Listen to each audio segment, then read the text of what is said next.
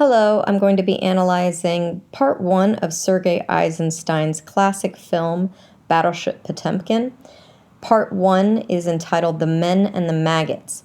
In this part of the film, Eisenstein makes copious use of intellectual montage, which is a type of Soviet montage that cuts between images in order to create some sort of symbolic or metaphorical relationship for the audience. In the very opening sequence, Eisenstein shows us waves crashing against the shore in order to give a sense of some sort of uprising. In this case, the masses uprising against an unjust government. Next, Eisenstein cuts to shots of stiller water, and shortly thereafter he shows shots of the crew of the Potemkin sleeping. This is to indicate that the masses are sleeping now, but like the water, they will soon rise and change everything. In a later scene, the sailors are examining the meat that they're served for dinner and discover that it is rotten. They're complaining about it when the ship's doctor comes over. He takes off his glasses and uses them as a magnifying glass to carefully examine the meat. The writhing maggots mimic the sailors themselves, slowly arising from their pod-like sleep. The shot of the doctor's eye and the smudged glass suggests that the glasses obscure his vision rather than clarify it. The doctor's later suggestion that the men wash the maggots off with brine suggests that he considers the soldiers unimportant. In the next scene, the framing of the doctor and the captain against the light of the doorway shows that they're turning their backs on the darkness that the sailors have to live in and work within.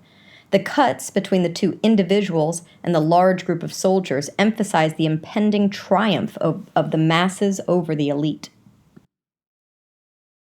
In another example of intellectual montage, Eisenstein shows us the sailors at work, literally showing the working conditions and the hard labor, but also suggesting their power and potential when they work together.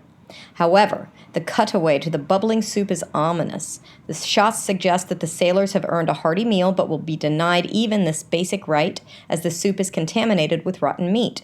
There is also an element of rhythmic montage as the franticness of the bubbling of the soup mimics the excessive work of the sailors as well as their simmering rage. In a later scene, Eisenstein uses rhythmic montage to enhance the intellectual montage. In this scene, the sailors have begun to rebel, albeit quietly. They are taking food from the ship's storage facility. Their movements are just as rhythmic as their earlier work, but now they are working for themselves and not for their bosses. The sudden stillness of the soldiers when one of the officers passes by allows for a change in rhythm. Eisenstein shows the sailors from multiple angles in order to emphasize their fortitude and camaraderie in the face of oppression. This blend of rhythmic and intellectual montage is what ends this part of the film. Once again, we see the soldiers at work, washing the plates and cutlery this time. This mimics the earlier shots of work, but this time the rhythm is once again interrupted when a young soldier reads the inscription on a dinner plate, which reads, "Give us this day our daily bread." The obedience of the soldiers is finally destroyed when the young man smashes the plate, and the next section of the film takes us into a full rebellion. In conclusion, Eisenstein uses rhythmic and intellectual montage to emphasize the themes of oppression and rebellion.